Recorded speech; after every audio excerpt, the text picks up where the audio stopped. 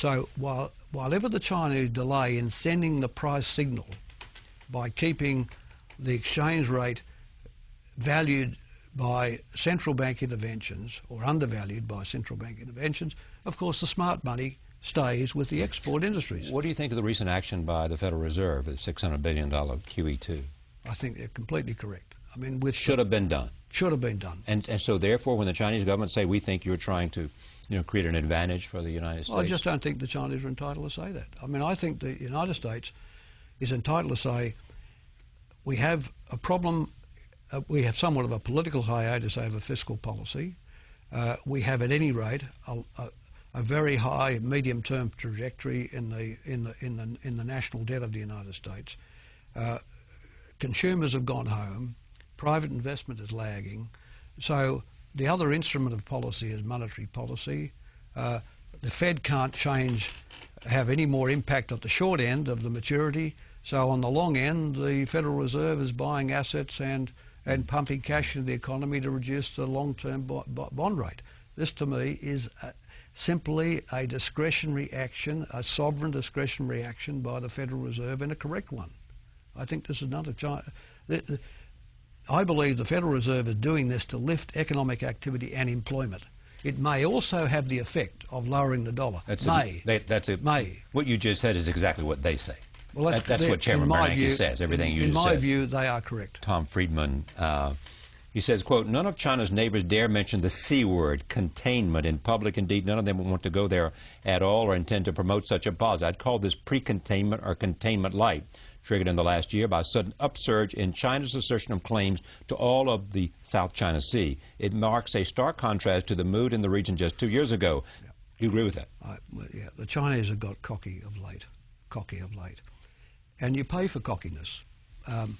Look, China is I don't think an expansionist power, and it is self-absorbed with its own troubles.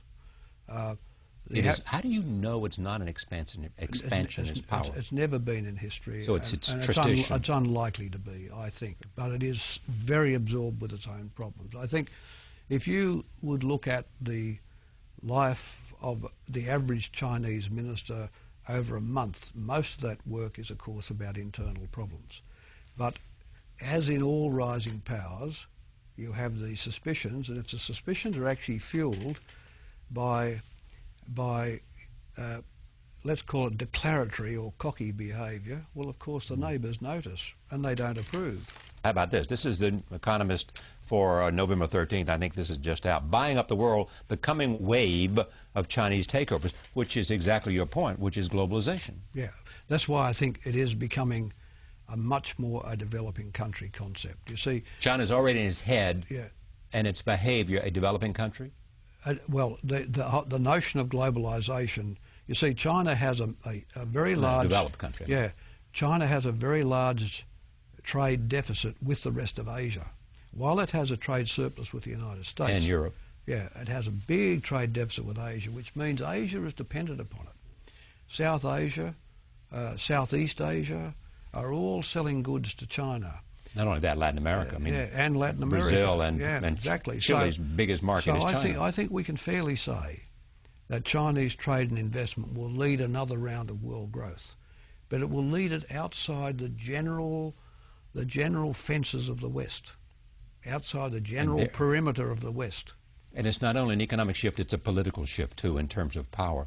But you do not believe that in the end the United States and China have to be in conflict. This is Fareed Zakaria, who said,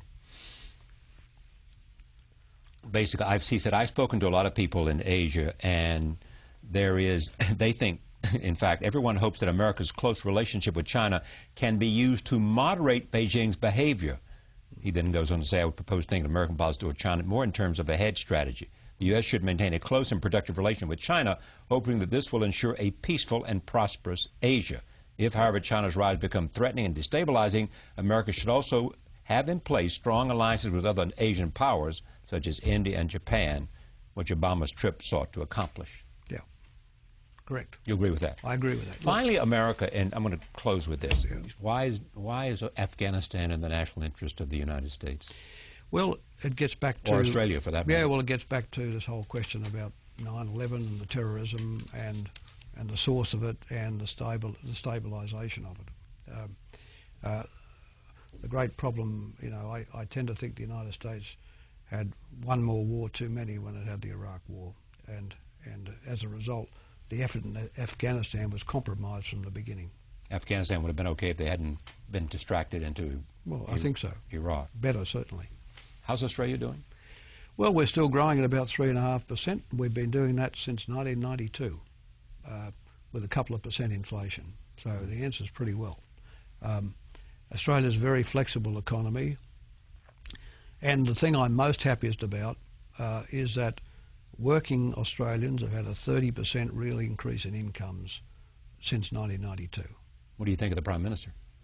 I think the Prime Minister is finding her feet in some difficult terrain. But Charlie, it's easier to find your feet if the economy is growing reasonably. Yeah, indeed. You know, so Australia's in a good economic position. Australia's nearer the fastest growing part of the world for the first time in its history. Australia's to trade with the United States right. It used to be Europe. far, long away. Now it's close. Yeah, All of a right. sudden it's That's close, and of course that's of material advantage to us. Thank you for coming. Thank you indeed for the invitation.